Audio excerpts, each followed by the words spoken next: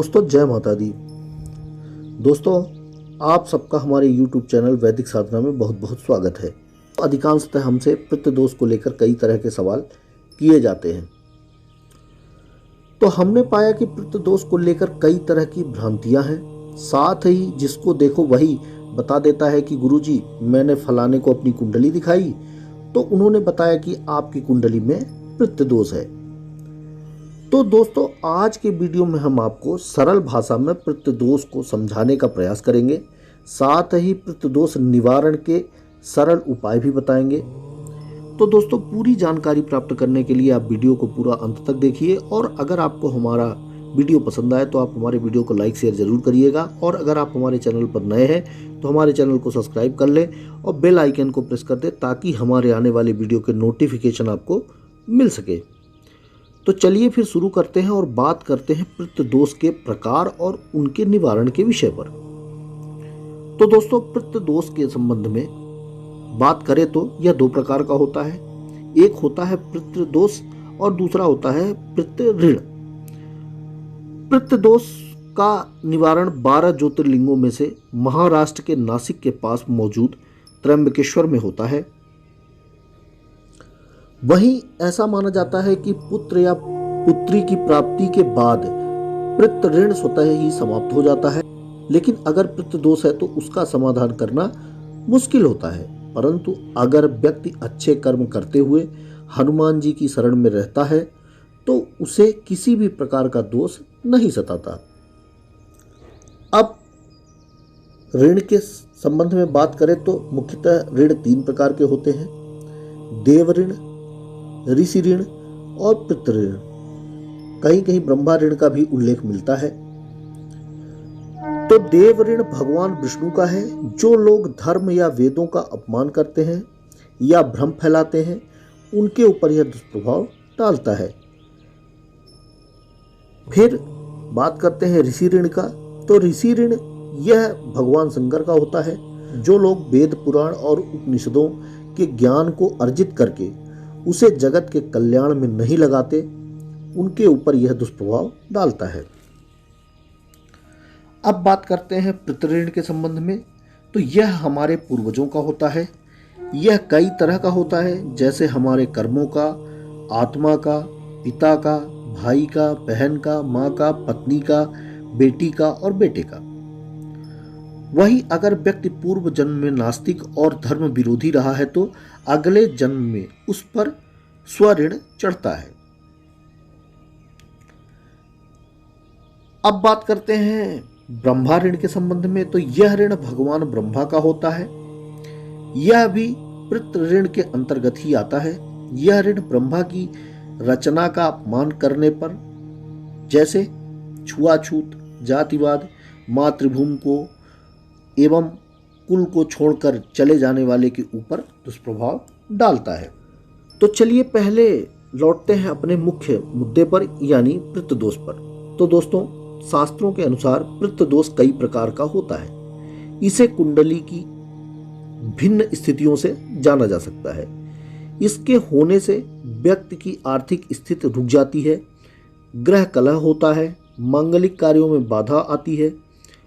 कुंडली का 9वां घर यह बताता है कि व्यक्ति पिछले जन्म का कौन सा पुण्य अपने साथ लेकर पैदा हुआ है। यदि कुंडली के 9वें स्थान पर राहु, बुध या शुक्र है तो ऐसा माना जाता है कि यह कुंडली पितृ दोष की है। वहीं कुंडली के 10वें भाव में गुरु के होने को शापित माना जाता है। वहीं 7वें घर में गुरु होने पर आंशिक पितृ दोष माना जाता है।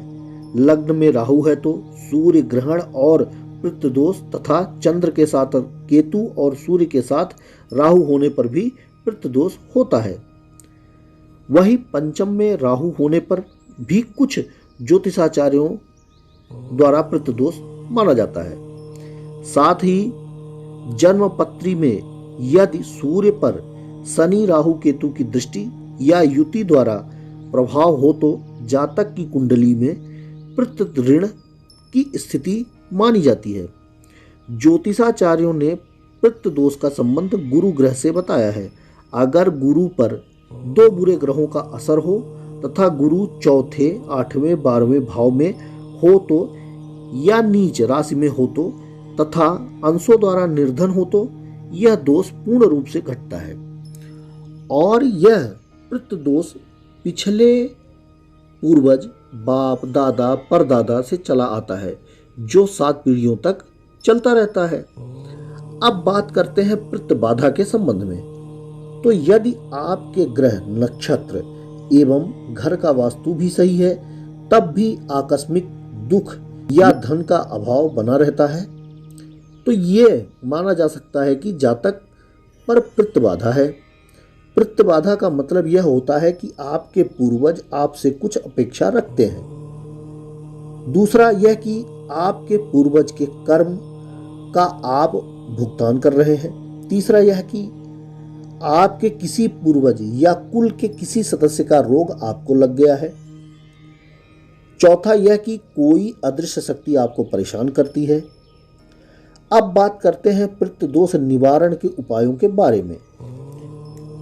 तो सबसे प्रमुख बात, श्राद्ध कर्म अच्छे से करें, विधि विधान से करना चाहिए। दादा और पिता का अपमान भूलकर भी नहीं करना चाहिए। अपनों से बड़े लोग तथा बुजुर्गों का आशीर्वाद लेते रहना चाहिए। क्रोध और ईर्ष्या नहीं करनी चाहिए। परिवार, खानदान के सभी पुरुषों से बराबर सिक्के लेकर उन्हें शनि मंदिर में दान करना चाहिए। प्रतिदिन हनुमान चालीसा का पाठ करना चाहिए। घर में गाय के घी का दीपक लगाना चाहिए। रोज प्रातः तांबे के बर्तन में गौमूत्र एवं गंगा जल लेकर कुशा से घर में छिड़काव करना चाहिए। ये तो हो गया पितृ दोष। अब बात करते हैं पितृ ऋण के संबंध में। तो जैसा कि हमने आपको पहले भी बताया कि पितृ ऋण कई तरह का होता है, जैसे हमारे कर्मों का, आत्मा का, पिता का, भाई का, बहन का, माँ का, पत्नी का और बेटी एवं बेटे का। तो सबसे पहले स्वऋण या आत्मा के ऋण की बात करते हैं। तो जब जातक पूर्व जन्म में नास्तिक और धर्म विरोधी कार्य करता है, तो अगले जन्म में उस पर स्वऋण या आत्मा का ऋण चढ़ता है। वहीं मातृ ऋण से कर्ज चढ़ता चला जाता है और घर की शांति भंग हो जाती है। बहन के ऋण से व्यापार और नौकरी कभी भी स्थायी नहीं रहती। जीवन में इतना संघर्ष बढ़ जाता है कि जीने की इच्छा कम हो जाती है। भाई के ऋण से सफलता मिलने के बाद अचानक सब कुछ नष्ट हो जाता है। 28 से 36 वर्ष के उम्र के बीच कई प्रकार के दुख झेलने पड़ते हैं। अब बात करते हैं पितृ ऋण को उतारने के उपाय के बारे में। तो इस ऋण को उतारने के लिए देश के धर्म अनुसार कुल परंपरा का पालन करना चाहिए। पितृ पक्ष में तर्पण और श्राद्ध करना चाहिए और संतान उत्पन्न करके उनमें धार्मिक संस्कार डालना चाहिए। साथ ही प्रतिदिन हनुमान चालीसा पढ़ना, भृगुटी पर शुद्ध जल का तिलक लगाना, 13, 14 अमावस्या और पूर्णिमा के दिन गुड़ घी का धूप देना, घर में वास्तु को ठीक करना और शरीर के सभी छिद्रों को अच्छी रीति से प्रतिदिन साफ सुथरा रखने से भी यह ऋण नष्ट हो जाता है। अब बात करते हैं ब्रह्म ऋण के संबंध में, यानी ब्रह्मा ऋण के संबंध में। तो जैसा कि हमने आपको पूर्व में भी बताया कि यह ऋण भी पितृ ऋण के अंतर्गत ही आता है। यह ऋण हम पर ब्रह्मा जी का कर्ज है। ब्रह्मा जी और उनके पुत्रों ने हमें बनाया तो किसी भी प्रकार के भेदभाव, छुआछूत, जाति आदि में विभाजित करके नहीं बनाया, लेकिन पृथ्वी पर आने के बाद हमने उनके कुल को जातियों में बांट दिया, अपने ही भाई से विभाजित कर दिया। इसका परिणाम यह हुआ कि हमें युद्ध, हिंसा और अशांति को भोगना पड़ा और पड़ भी रहा है। वहीं दूसरी ओर यह ऋण हमारे पूर्वजों, हमारे कुल, हमारे धर्म, हमारे वंश आदि से जुड़ा है। इस ऋण को पृथ्वी का ऋण भी कहते हैं, जो संतानों द्वारा चुकाया जाता है।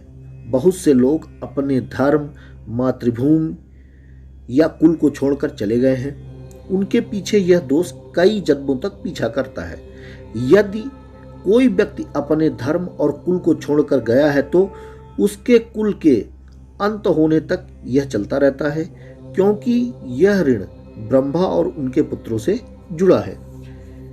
तो चलिए अब बात करते हैं इसके उपाय के संबंध में। तो ब्रह्मा ऋण से मुक्ति पाने के लिए हमें घृणा, छुआछूत, जातिवाद, प्रांतवाद इत्यादि की भावना से दूर रहकर यह समझना चाहिए कि देश में रहने वाला प्रत्येक व्यक्ति ब्रह्मा की संतान है। उनके और मेरे पूर्वज एक ही हैं, न कोई सवर्ण है न कोई दलित है। यह तो अंग्रेजों और राजनीतिज्ञों ने हमें बांट दिया। अगर आप ब्रह्मा और उनके मानस पुत्रों के बारे में विस्तार में पढ़ेंगे तो आप सबको इसका ज्ञान हो जाएगा कि हमारे पूर्वज कौन थे। तो दोस्तों, आज के वीडियो में हमने आपको पितृदोष और पितृ ऋण को सरल भाषा में समझाने का प्रयास किया एवं इनके निवारण हेतु उपायों को भी बताने का प्रयास किया। उम्मीद और आशा करते हैं कि हमारे द्वारा दी गई जानकारी आपको रोचक और ज्ञानवर्धक लगी होगी। आप हमें कमेंट करके ज़रूर बताइए। अगर वीडियो पसंद आए तो लाइक शेयर ज़रूर करिएगा। आज का हमारा वीडियो बस यहीं तक था। अब हम आपसे विदा लेते हैं, फिर मिलेंगे अगले वीडियो पर एक नई जानकारी के साथ। तब तक के लिए जय माता दी, जय भारत।